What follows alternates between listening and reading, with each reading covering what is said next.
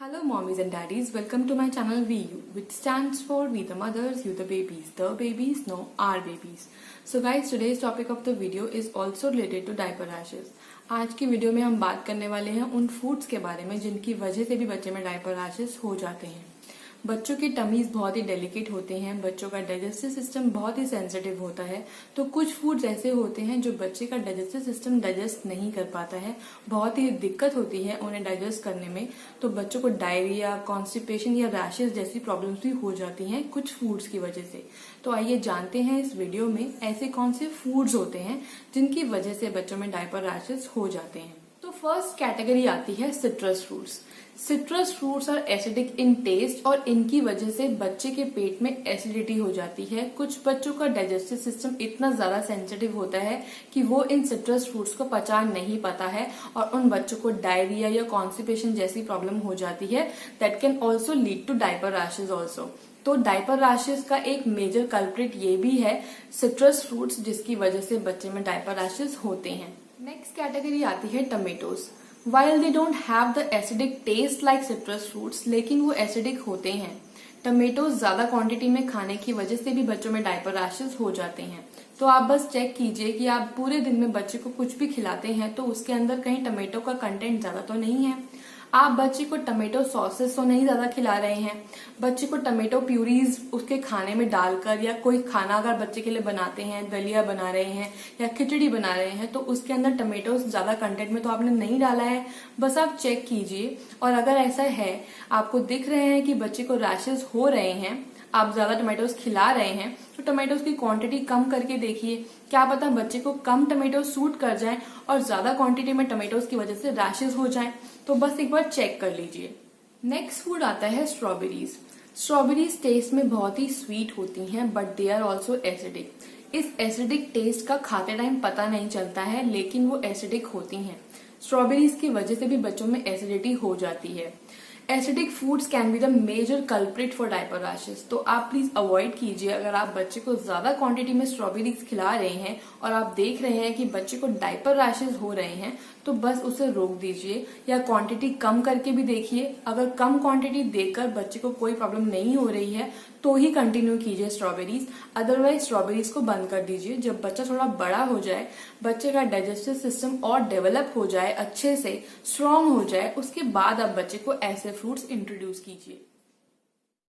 अगर आप अपने बच्चे के एनल एरिया के आसपास कुछ इस तरीके के सोर रिंग का फॉर्मेशन होते हुए देखते हैं तो आपको पीडियाट्रिशियन को तुरंत कंसल्ट करना चाहिए, क्योंकि ये एसिडिक फूड की वजह से ही होता है। जब बच्चे डाइजेस्ट नहीं कर पाते हैं तो बच्चों के एनल एरिया के आसपास इचिंग होती है, जो धीरे धीरे बहुत ही स्वेलिंग में कन्वर्ट होती है और फिर डायपर रैशेस बन जाते हैं। नेक्स्ट फूड्स आते हैं prunes, plums, apricots and grapes. ये कुछ ऐसे फूड्स हैं जो अगर बड़े लोग भी ज्यादा क्वांटिटी में खा लेते हैं तो उनको भी डायरिया हो जाता है। तो छोटे बच्चों का डाइजेस्टिव सिस्टम तो बहुत ही सेंसिटिव होता है। तो अगर आप छोटे बच्चों को ऐसे फ्रूट्स ज्यादा खिला रहे हैं तो बच्चों को वाटरी पॉटी भी हो सकती है। बच्चों की बॉडी से वाटर लॉस होने की वजह से बच्चे बीमार भी पड़ सकते हैं। बच्चों को डायपर रैशेस तो हो ही जाते हैं क्योंकि बच्चे बार बार पॉटी करते हैं, आप बार बार क्लीन करते हैं, बच्चे का डायपर एरिया बहुत मॉइस्ट रह जाता है, जिसकी वजह से बच्चे में डायपर रैशेस हो जाते हैं। तो जब बच्चे छोटे हैं तो ये वाले फ्रूट्स आप अवॉइड कीजिए। ऐसे फूड्स आप अवॉइड कीजिए। जब बच्चा थोड़ा बड़ा हो जाए, जब बच्चे का डाइजेस्टिव सिस्टम थोड़ा स्ट्रांग हो जाए, तब आप ऐसे फ्रूट्स बच्चे को इंट्रोड्यूस कीजिए। नेक्स्ट कैटेगरी आती है डेयरी प्रोडक्ट्स। योगर्ट आप खिला सकते हैं, योगर्ट अच्छा है, लेकिन उसके अलावा जो काउ मिल्क बेस्ड प्रोडक्ट्स होते हैं जैसे चीज, पनीर, क्रीम, घी, ये सब चीजें आप बच्चे को ना खिलाएं। अगर आप किसी पीडियाट्रिशियन से भी पूछेंगे तो वो भी रिकमेंड नहीं करते कि 1 साल से छोटे बच्चे को काउ मिल्क या काउ मिल्क बेस्ड प्रोडक्ट्स को ही खिलाया जाए, क्योंकि इसकी वजह से बच्चों में एलर्जी भी देखी गई है। छोटे बच्चे इसे पचा नहीं पाते हैं। छोटे बच्चों का डाइजेस्टिव सिस्टम इतना स्ट्रांग नहीं होता है जो काउ मिल्क को डाइजेस्ट कर पाए। तो प्लीज अवॉइड कीजिए, बिकॉज इसकी वजह से भी बच्चे में डायपर रैशेस होते हैं। नेक्स्ट कैटेगरी आती है protein rich foods. Some babies are sensitive to protein also. कुछ बच्चे प्रोटीन भी पचा नहीं पाते हैं। कुछ बच्चों का डाइजेस्टिव सिस्टम इतना वीक होता है कि प्रोटीन रिच फूड उनको डाइजेस्ट नहीं होता है, बच्चों को डायरिया हो जाता है या कॉन्स्टिपेशन जैसी प्रॉब्लम हो जाती है। तो ऐसी फूड्स अवॉइड कीजिए अगर आपका बच्चा पचा नहीं पा रहा है। और अगर आप देख रहे हैं कि आपके बच्चे में डायपर रैशेस बहुत ही फ्रीक्वेंटली हो रहे हैं तो बस चेक कीजिए कि आप बच्चे को प्रोटीन रिच फूड्स ज्यादा क्वांटिटी में तो नहीं खिला। नेक्स्ट कैटेगरी आती है जूसेस। कुछ जूसेस भी ऐसे होते हैं जिनकी वजह से बच्चे में डायपर रैशेस हो जाते हैं, जैसे एप्पल जूसेस, चेरी जूसेस।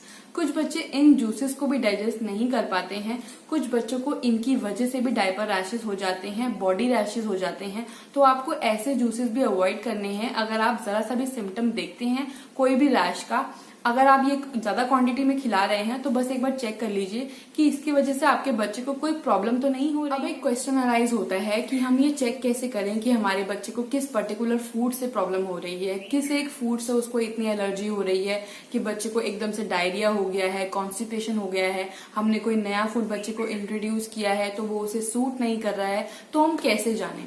इसे जानने के लिए हमारे पास है 3 डे रूल। अब इस रूल के हिसाब से क्या होता है कि अगर आप बच्चे को एकदम से स्विच कर रहे हैं किसी नए फूड के ऊपर, कोई नया फूड आप बच्चे को इंट्रोड्यूस कर रहे हैं, तो उस पर्टिकुलर फूड को आप बच्चे को एटलीस्ट 3 दिन तक रेगुलर खिलाइए, अलग अलग फॉर्म्स में खिलाइए।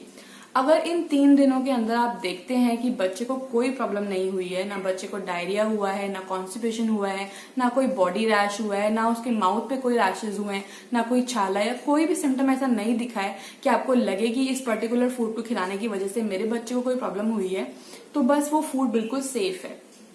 तो वो फूड आप बच्चे को आंख बंद करके खिला सकते हो।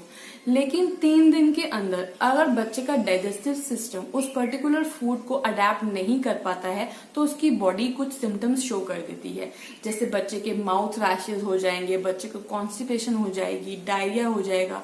अगर ऐसा कुछ आप देखते हैं तो तुरंत आप सिंगल आउट कर पाते हैं उस पर्टिकुलर फूड को कि इस फूड को खिलाने की वजह से मेरे बच्चे को ये प्रॉब्लम्स हुई हैं, तो आप वो फूड बिल्कुल उसके डाइट से हटा देते हो। वो पर्टिकुलर फूड आप बच्चे को फिर नहीं खिलाओगे क्योंकि आपको पता चल चुका होगा कि ये फूड से मेरे बच्चे को प्रॉब्लम हो रही है, ये फूड मैंने बच्चे को इन 3 दिनों में खिलाया तो इसकी वजह से मैंने बच्चे में ये चेंजेस देखे हैं, ये कुछ सिम्टम्स देखे हैं जो बहुत ही ज्यादा पेनफुल भी। मैंने खुद भी ये 3 डे रूल को फॉलो किया है। जब मुझे अपने बच्चे को ग्रेप्स इंट्रोड्यूस करने थे तो मैंने 3 दिन रेगुलरली उसे ग्रेप्स खिलाकर देखे, लेकिन मेरे बेटे को प्रॉब्लम हुई। ग्रेप्स खाने के बाद मेरे बच्चे को डायरिया हुआ तो मैंने तुरंत वो ग्रेप्स खिलाना बंद कर दिया। जब तक वो 1 साल का हो नहीं गया मैंने दोबारा उसे ग्रेप्स नहीं खिलाए।